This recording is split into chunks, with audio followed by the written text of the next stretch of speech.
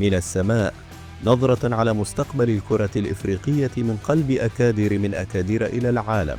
ها هو ملعب أدرار يستعد لكتابة صفحة جديدة في تاريخ كرة القدم.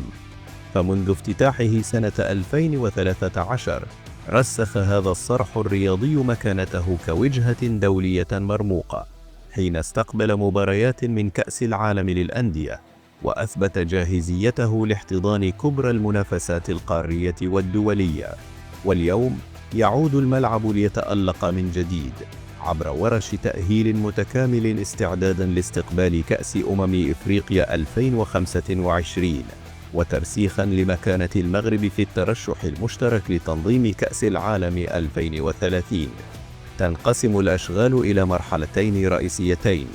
المرحلة الأولى تركز على تحسين البنية التحتية من خلال توسيع مواقف السيارات، تقوية السياج الخارجي، وتعشيب الملاعب الملحقة الأربع. كما تم تيسير الولوج عبر 80 بوابة إلكترونية حديثة وتجديد شامل للمقاعد، فضلا عن تهيئة مرافق كبار الشخصيات، المنصة الإعلامية والمرافق التقنية وفقا لأعلى المعايير المعتمدة من طرف الفيفا. أما المرحلة الثانية فتنطلق بعد نهاية كأس إفريقيا، وستعرف إزالة الحلبة المطاطية لتقريب المدرجات من أرضية الملعب، وتغطية شاملة للمدرجات لتوفير تجربة جماهيرية أكثر قربا وتفاعلا انسجاما مع متطلبات كأس العالم 2030.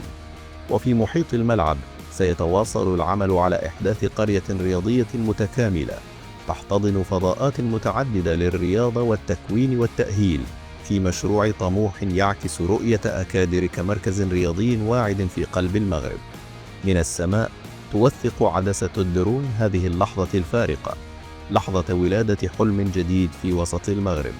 نأمل أن تكونوا قد استمتعتم بهذه الرحلة. لا تنسوا الإعجاب، التعليق والمشاركة لدعم عملنا. شكرا على المشاهدة. أترككم الآن لتستمتعوا بمشاهدة بقية الفيديو. إلى اللقاء في الفيديو القادم، ومع السلامة.